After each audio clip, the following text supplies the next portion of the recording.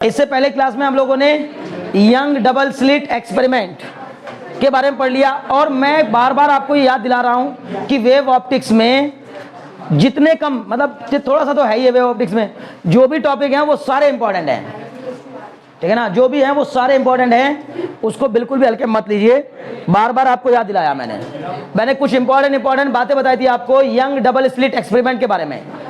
The point P on the screen will be the seat of maximum intensity और bright fringe if the phase difference between the waves reaching at point P will be even integral multiple of pi। बहुत बढ़िया। और the point P on the screen will be the seat of minimum intensity or dark fringes if the waves reaching at point P, phase difference between the waves reaching at point P will be the odd integral multiple of pi। ऐसा ही है ना, कोई doubt है?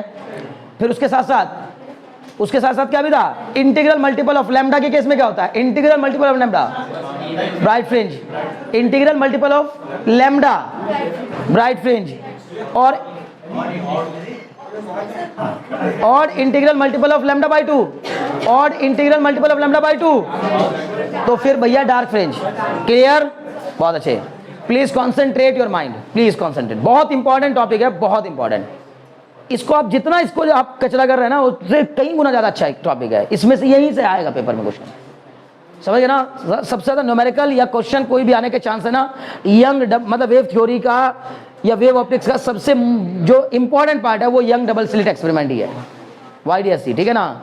तो young double slit experiment से हमने ये भी पता लगाया था कि दो स्लिट के बीच की दूरी अगर स्मॉल d रखी जाए, दो स्लिट के बीच की डिस्टेंस स्मॉल d और स्लिट से स्क्रीन की डिस्टेंस कैपिटल D रखी जाए, तो भैया nth bright fringe from the central maxima से nth ब्राइट फ्रिंज की दूरी कितनी होती है? Very good. yn बराबर n d lambda upon small d। याद करिए, सेंट्रल ब्राइट फ्रिंज से nth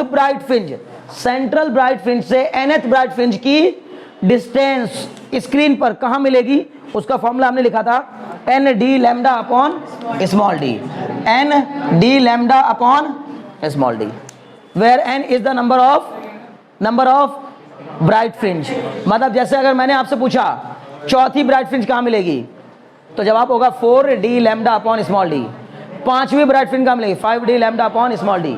इसमें कैपिटल D क्या है, स्मॉल d क्या है, वो सब आपको पता है। सर ये स्क्रीन है ना, सर ये दो स्लिट के बीच की दूरी ये स्मॉल d होता है, स्लिट से स्क्रीन की दूरी d होती है, और sir lambda wavelength of the light used होती है, wavelength of the light used. Clear? बहुत अच्छे जी। फिर आ जाओ, दूसरा था आपका distance of the dark fringe, distance of the nth dark fringe from the central bright fringe. क्या था formula? yn dash 2n plus 1 d lambda upon small d। यही था क्या? अपॉन 2d था, यही था क्या? पक्का? बहुत अच्छे। ये nv का था या n प्लस 1v? nth का ही था। किसका है ये? n प्लस 1th का था ये, समझ गए ना, बार बार कह रहा हूं। तो ये yn प्लस 1th का है, नहीं समझे? yn प्लस 1 डैश, देख लो एक बार, जरा देख के बताओ ना। ये n प्लस 1th का है, अगर yn डैश निकालना है तो क्या करेंगे? 2 टाइम्स ऑफ n की जगह पर n कितना बताओ। अगर n की जगह पे n रखते हैं तो n प्लस 1 आता है, अगर n की जगह पे 3 रखते हैं तो कौन सी डार्क फ्रिंज आती है? चौथी। वेरी गुड, चौथी। तो अगर मुझे n भी निकालनी है तो n की जगह पे क्या रखना होगा? n minus 1। नहीं समझे भाई? n की जगह पर n माइनस 1 रखूंगा तो nth आ जाएगी ना, nth, फिर प्लस 1 और फिर क्या? d lambda upon 2d। बताओ जरा क्या बनेगा फॉर्मूला? yn डैश बराबर कितना हो जाएगा? 2n माइनस 2 प्लस 1 इंटू में कितना? d lambda upon 2d। कितना आ जाएगा? yn dash equal to 2n minus 1। नहीं समझे? 2n minus 1 d lambda upon 2d। अब अगर इस वाले फॉर्मूले में हम n की जगह पर 4 रखेंगे तो 4th ही डार्क फ्रिंज आएगी, वो उस वाले में। समझ में आ रही बात ना? अरे भाई समझ पा रहे हो कि नहीं? इस वाले में अगर हम लोग रखेंगे n की वैल्यू 4 तो 4th डार्क फ्रिंज आएगी। क्लियर है? बढ़ जाएंगे। क्या हुआ? जाना है क्या? ओके, समझ गए ना? बहुत अच्छे, लिखो नेक्स्ट। अब क्वेश्चन शुरू करते हैं, ठीक है? लिखिए पहला क्वेश्चन, आज के न्यूमेरिकल करके इसका मामला खत्म, अगली क्लास में डिफ्रैक्शन पढ़ रहे होगे, ठीक है ना? लिखिए, if the two slits in YDSE, पहला क्वेश्चन पेपर में आने लायक question, if the two slits in YDSE, if the two slits in YDSE,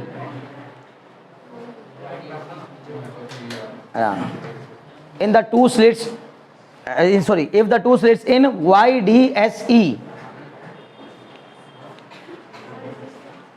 the width ratio is, the width in the ratio 4:9, the width, अभी width की बात करेगा तो किसकी बात कर रहा है? स्लिट की विड्थ की, ठीक है ना? विड्थ ऑफ स्लिट, ठीक है? The width in the ratio 4:9, width are in the ratio 4:9, find the ratio of intensity,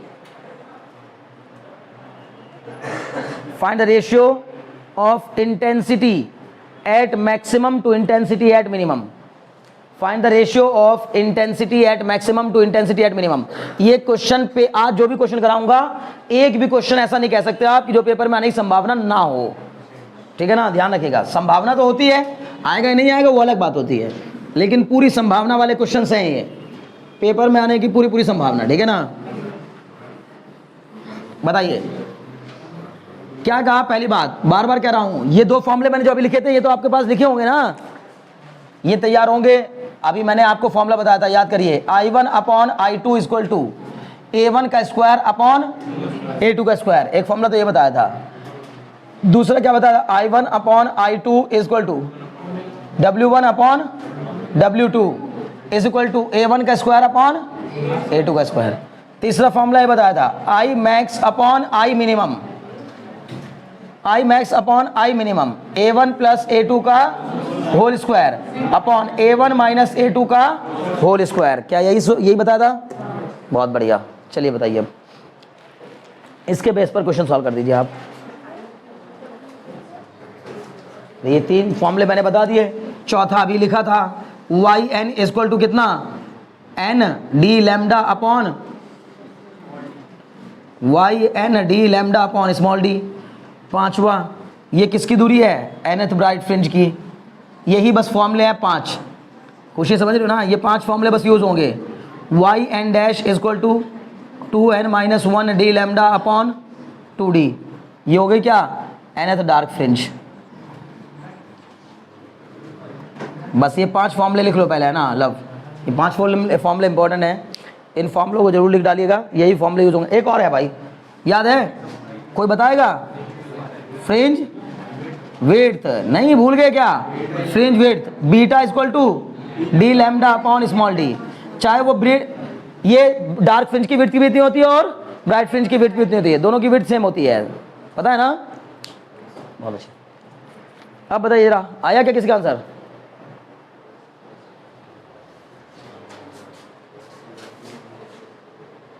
देखिए विड्थ का रेशियो दिया गया है, मतलब हमें समझो क्या दिया है खुशी, हमें क्या दिया है क्वेश्चन में? W1 upon W2 equal to 4:9, ये W1 अपॉन W2 दिया है, तो समझो यही क्या भी होगा? I1 अपॉन I2 भी होगा, लेकिन यही क्या भी होगा? A1 का स्क्वायर अपॉन A2 का स्क्वायर भी होगा। तो यहां से क्या निकल आएगा बच्चे? A1 upon A2। बताओ मैंने क्या गलत लिख दिया? I1 अपॉन I2 बराबर W1 बाय W2 होता है, ठीक है? और W1 बाय W2 मैंने रखा था, तो उसके यहाँ पे मैंने क्या लिख दिया? I1 bye I2। और W1 बाय W2 इसके भी इक्वल होता है, A1 का स्क्वायर अपॉन A2 का स्क्वायर। A1 A2 क्या है? Amplitude. A1 amplitude of first wave, A2 amplitude of second wave. समझ गए ना? मतलब wave coming from slit 1, amplitude A1 मतलब amplitude of the wave coming from slit 1, A2 मतलब amplitude of the wave coming from slit 2। Clear? W1 is the width of slit 1, W2 is the width of slit 2, I1 is the intensity of first wave, I2 is the intensity of second wave, but I max मतलब वहां पर बनने वाली total maximum intensity, तो वो A1 plus A2 के whole square की equal होती है। तो पहले यहां से A1 बाई A2 कितना जाएगा? 2/3। जब इधर से स्क्वायर हटाऊंगा तो उधर क्या आ जाएगा, स्क्वायर रूट ऑफ 4/9 मतलब क्या हो जाएगा, 2/3। क्लियर है। अब मुझे क्या निकालना है बच्चे, a1/a2 आ गया 2/3 आपका। यहां से हम ये भी कह सकते हैं सर a1 बराबर या a2 बराबर, जो मन करे निकाल लो, 3/2 टाइम्स ऑफ a1 कह सकता हूँ कि नहीं, बताओ।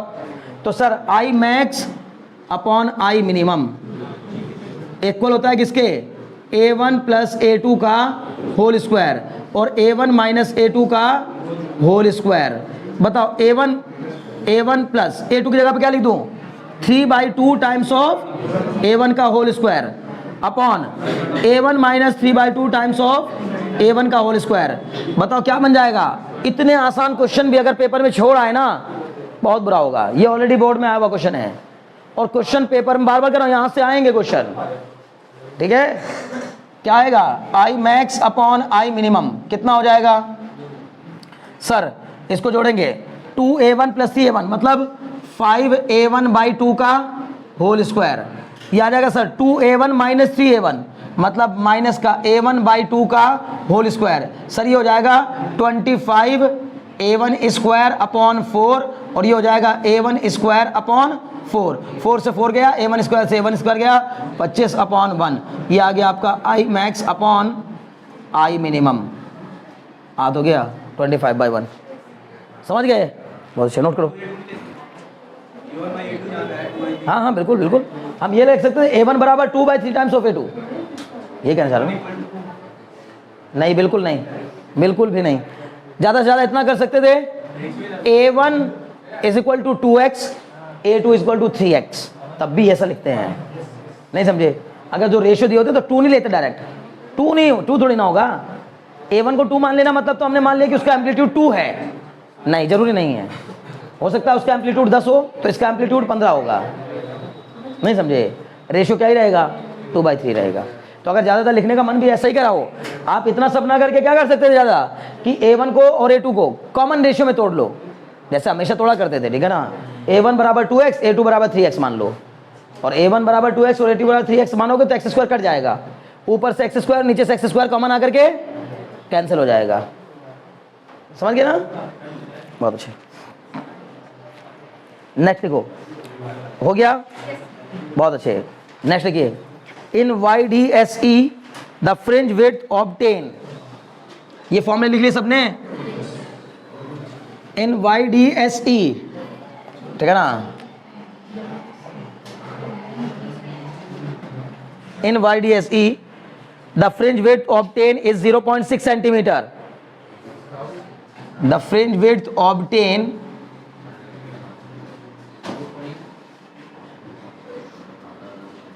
is 0.6 centimeter when light of wavelength 4800 angstrom, when light of wavelength 4800 angstrom, ठीक है, light of wavelength 4800 angstrom, ठीक है। अब if the distance between the screen and the slit is reduced to half, if the distance between the slit and screen, if the distance between the slit and screen reduced to half, what should be the wavelength, what should be the wavelength, what should be the wavelength of light used, wavelength of light used, what should be the wavelength of the light used to obtain fringe, to obtain fringe 0.0045 meter wide, 0.0045 metre wide. करिए, question बहुत बढ़िया है। जिन लोगों ने इस बीच में gap किया उनके लिए ये सब क्वेश्चंस थोड़े से प्रॉब्लमेटिक होंगे, क्योंकि समझ में चीज़ें इतनी जल्दी आती नहीं भाई, जब तक थ्योरी नहीं पढ़ते। यही तो बात होती है। देखो आप जब लेक्चर को मिस कर देंगे तो फंस जाएंगे, ठीक है ना। इसलिए ज़रूरी है कि आप पहले लेक्चर्स देख लीजिए, उसके बाद ही आपको समझ में आएंगी चीज़ें।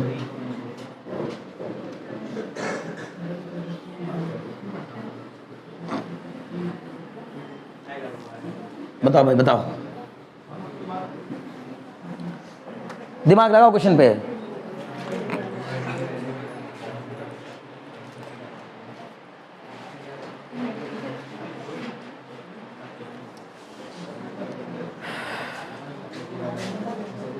कुछ नहीं करते यार, ध्यान लगाओ ना, बहुत आसान क्वेश्चन है भाई, सिर्फ दिमाग से खेलना है केवल, और कुछ नहीं। देखिए सबसे पहली बात इसने क्या कहा, हमें जो फ्रिंज की विड्थ मिल रही है वो कितनी है।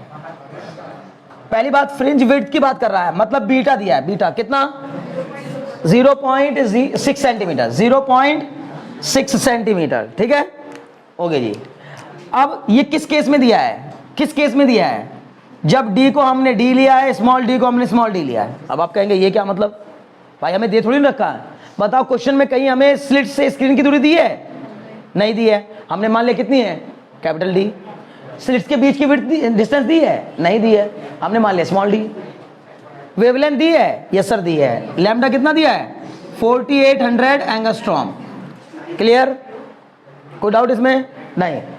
अब क्या करेंगे सर, इसके केस में हम लोग अब पहले इसकी हेल्प से, अच्छा एक बात बताओ, सुनो ज़्यादा ध्यान लगाओ।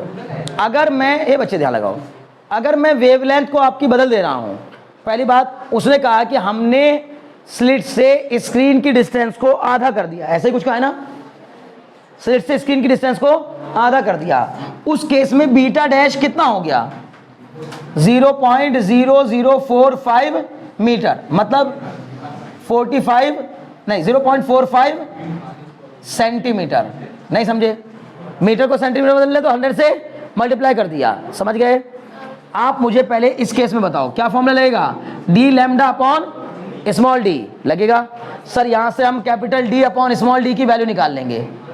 इस वाले केस में डी कितने के इक्वल लेंगे सर, डी डैश लेंगे डी बाई 2 के इक्वल, और स्मॉल डी डैश लेंगे डी के इक्वल ही लेंगे, उसको उतना ही लेंगे ना, क्योंकि उसने केवल किसको बदला है, स्लिट से स्क्रीन की दूरी को हाफ कर दिया है। लिखा है ना बच्चों, if the distance between the slit and screen reduced to half, reduce to half का मतलब स्क्रीन को स्लिट के करीब ले आया, आधी दूरी पर ले आया, ठीक है।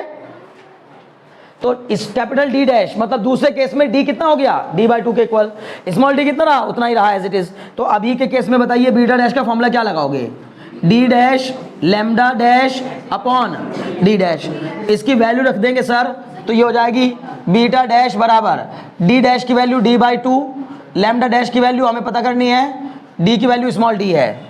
बोलो क्या आ जाएगा फॉर्मूला, बीटा डैश बराबर D by small D lambda dash, ये आ जाएगा। बोलो आ जाएगा कि नहीं, या 2 यहाँ भी लिख सकते हो, नहीं समझे, समझ पा रहे हो कि नहीं, बहुत अच्छे भाई मेरे प्यारो। एक बात तो बताओ मुझे, क्या मिल गया यहाँ, capital D upon small D.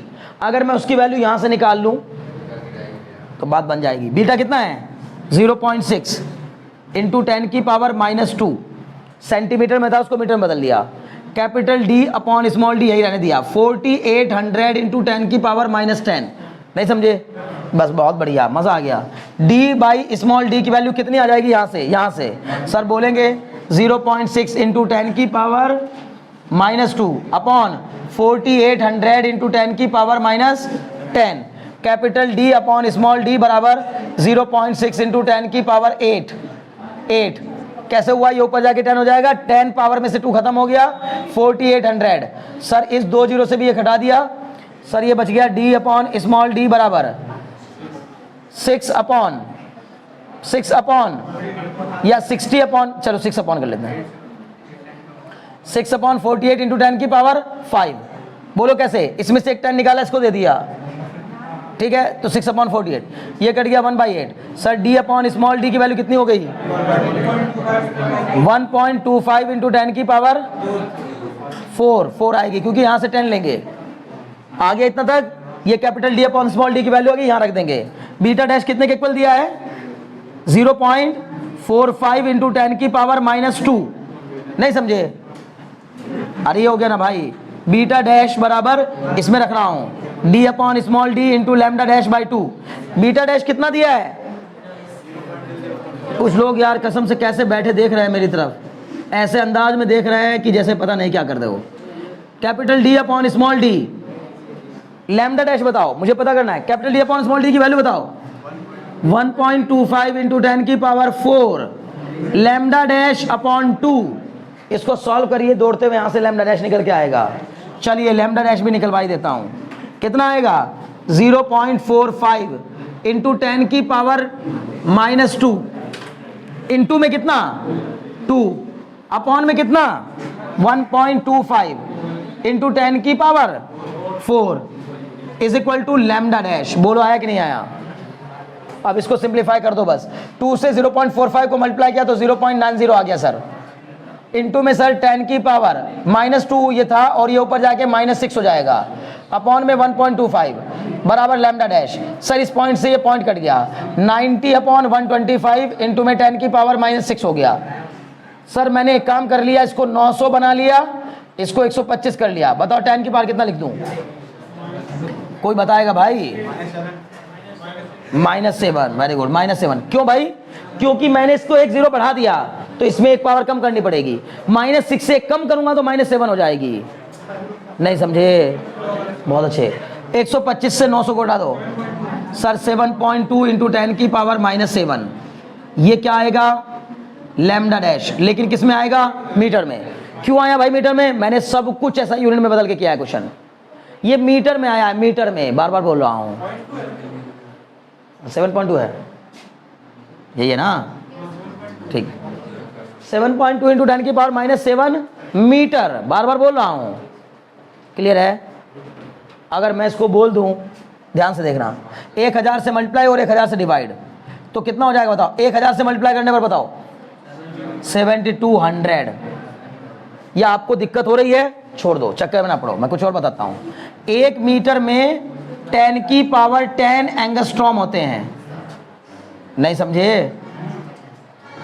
1 metre में 10 की पावर 10 एंगस्ट्रॉम होते हैं। ठीक है?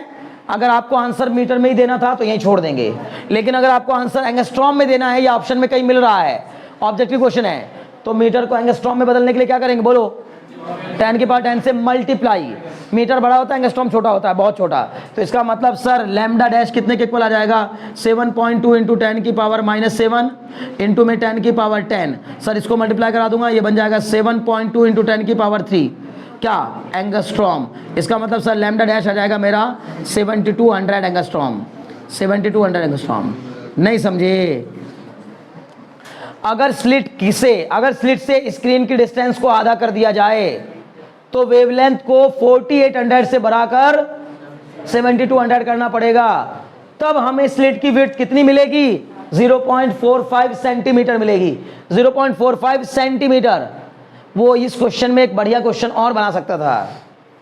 वो कह सकता था मैंने स्लिट की विड्थ को घटाकर आधा कर दिया, बताओ वेवलेंथ कितनी रखूं ताकि फ्रिंज की विड्थ पर कोई इंपैक्ट ना पड़े, मतलब फ्रिंज की विड्थ उतनी ही रहे। नहीं समझे? मतलब वो 0.6 को 0.6 ही रखना चाहता है, तो बीटा डैश को कितना लेंगे? 0.6 उस केस में। लेकिन फिर हम इतना दिमाग नहीं लगाएंगे, आसान हो जाएगा। बोलो कैसे? उसने कहा हमने स्लिट की विड्थ को आधा कर दिया, सर लैम्डा को डबल कर दीजिए, एज इट इज हो जाएगा। नहीं समझे? यार बात बताओ ना, मैंने क्या कहा? उसने मान लो बोल दिया हमसे कि हमने स्क्रीन को स्लिट के करीब ले आए, स्लिट और स्क्रीन के बीच की डिस्टेंस को आधा कर दिया, बताओ वेवलेंथ कितनी रखें ताकि फ्रिंज की विड्थ पर कोई इंपैक्ट ना पड़े। तो भाई मेरे प्यारो, मेरे बच्चों, यहां देखो, बीटा बराबर D lambda upon small D. तो सर स्मॉल डी में तो कोई बदलाव नहीं कर रहा है, इसको भूल जाते हैं, इसको छिपा लेते हैं। ये दो में बातें हो रही हैं। अगर इसको आधा कर दिया तो इसको डबल कर दीजिए ना, तो 2 से 2 क्या हो जाएगा? कैंसिल। एज इट इज बना रहेगा मामला। क्लियर? तो तब इतना सब करने की जरूरत नहीं है, और इतना सब भी करोगे तब भी वही आंसर आएगा, 9600 ही आएगा तब भी, अगर मुझे ऐसा करना है तो। समझ गए ना? अभी कोई डाउट है? पक्का? नेक्स्ट क्वेश्चन लिखिएगा जल्दी से।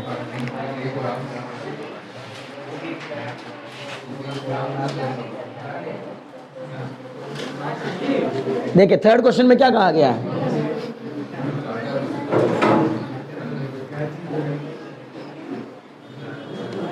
लिखो भाई लिखो। थर्ड, इसने कहा 2 slits in YDSE are 2 slits in YDSE 2 slits in YDSE are 0.03 centimeter apart, 0.03 centimeter apart, and the screen is placed, and the screen is placed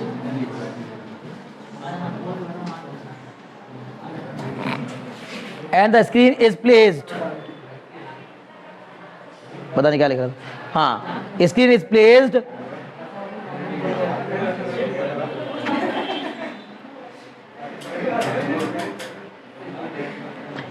1.5 meter away, 1.5 meter away.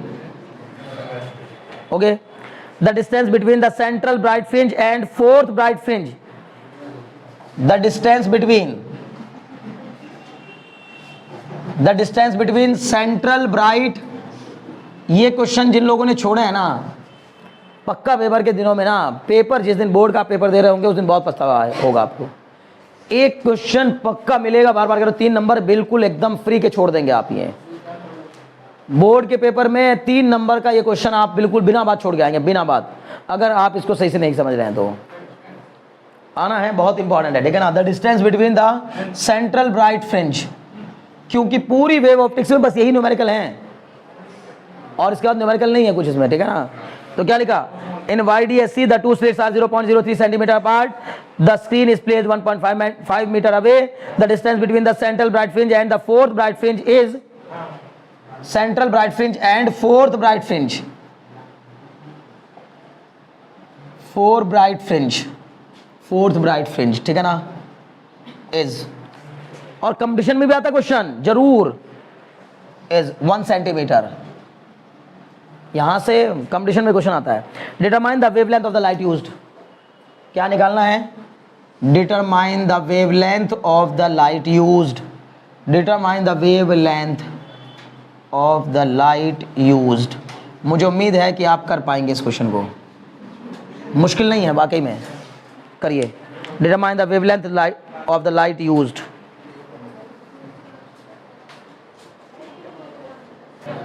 जो भी दिया है उससे सबसे पहले सिंबॉलिक फॉर्म में लिखिए, क्या क्या गिवन है बताओ। स्मॉल डी दिया है क्या, स्मॉल डी लिखो, स्मॉल डी कितना है बबीता, स्मॉल डी 0.03 लिखो उसको, स्मॉल डी बराबर 0.03 सेंटीमीटर है ना शायद, 0.03 सेंटीमीटर, इसको पहले मीटर में बदलो, 0.03 इंटू 10 की पावर -2 मीटर हो गया। कैपिटल डी बताओ, कैपिटल डी 1.5 मीटर, उसको भी लिखो, कैपिटल डी 1.5 मीटर। और क्या दिया है, लैम्डा दिया है कि नहीं, lambda equal to question mark लगाओ, lambda equal to question mark. और क्या दिया है, चौथी ब्राइट फ्रिंज की दूरी दी है, मतलब y4 दिया है, y4, नहीं समझे, अभी आते ही लिखवाया नहीं था, distance of the nth bright fringe, समझ गए ना, सेंट्रल ब्राइट फ्रिंज से nth ब्राइट फ्रिंज की दूरी yn बराबर n d lambda upon small D, तो y4 कितना हो जाएगा, 4 d lambda upon small D. लिखिए पहले y4 इक्वल टू कितना दिया क्वेश्चन में, y4 दे रखा 1 सेंटीमीटर, उसको बदलो 1 इंटू 10 की पावर -2 मीटर। अभी भी नहीं कर रहा आर्यन, आंसर आ गया, बहुत अच्छे, तुम्हारा कर लो, मैं कह रहा हूं ये लिखो, ये लिखो, वो भी नहीं लिख रहा हो, ठीक है। 1 इंटू 10 की पावर -2 मीटर। अब y4 बराबर 4d lambda upon small D लगा के लैम्डा निकाल के बताओ जल्दी से सब लोग, आगे कि नहीं आ गया, अब हद कर दी है। 5 इंटू 10 की पावर -7 आएगा, 5 इंटू 10 की पावर -7, सॉल्व करिए आराम से, जल्दीबाजी मत मचाइए।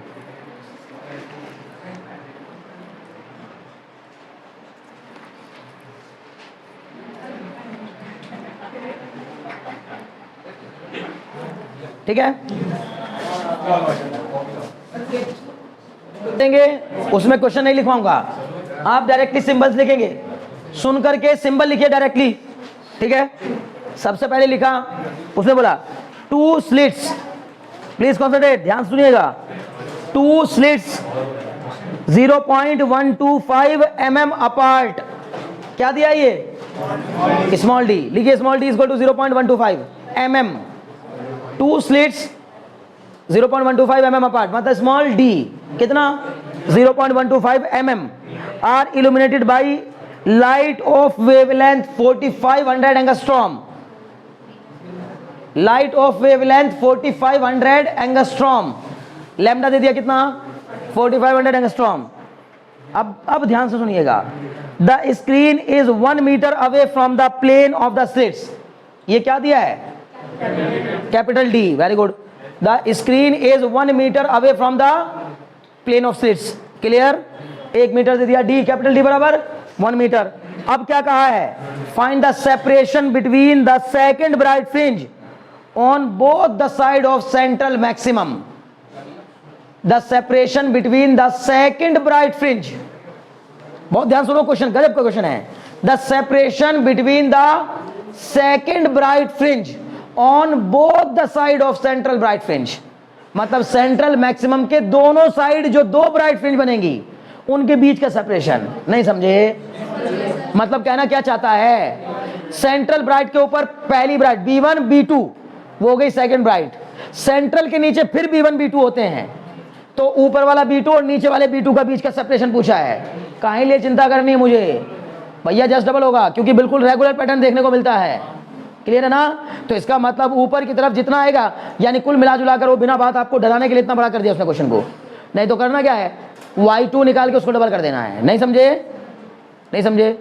जिसको पैटर्न समझ में आ रहा है ना कि सर देखिए ये बनेगा यहां पर सेंट्रल ब्राइट, ठीक है, इसके ऊपर यहां क्या होती है, अच्छा बता सेंट्रल ब्राइट के जस्ट ऊपर कौन होती है, सेंट्रल ब्राइट के जस्ट ऊपर D1 होती है, D1, फिर उसके ऊपर B1 होती है, फिर सर D2 होती है, फिर उसके ऊपर B2 होती है, समझ गए ना, तो इस B2 की बात कर रहा है, और इसी तरह नीचे सर यहाँ D1 होती है, यहाँ B1 होती है, सर यहाँ D2 होती है, यहाँ B2 होती है, इस B2 और इस B2 के बीच का सेपरेशन पूछा है, तो सेंटर से B2 की दूरी निकालो, उसको डबल कर दो, समझ गए ना, यानी y2 निकाल कर डबल कर दीजिए, ठीक है, y2 का फॉर्मूला क्या हो जाएगा, वो भी सिंपल है यार, 2d lambda upon small D, 2d lambda upon small D, लगा दीजिए आंसर आ जाएगा तुरंत दौड़ते हुए, ठीक है ना, फॉर्मूला लगा दीजिए आंसर पाइए, नहीं समझ रहे हो, अरे भाई y2 निकालो ना, जैसे y2 बराबर 2d lambda upon small D लगाकर y2 निकाला आपने,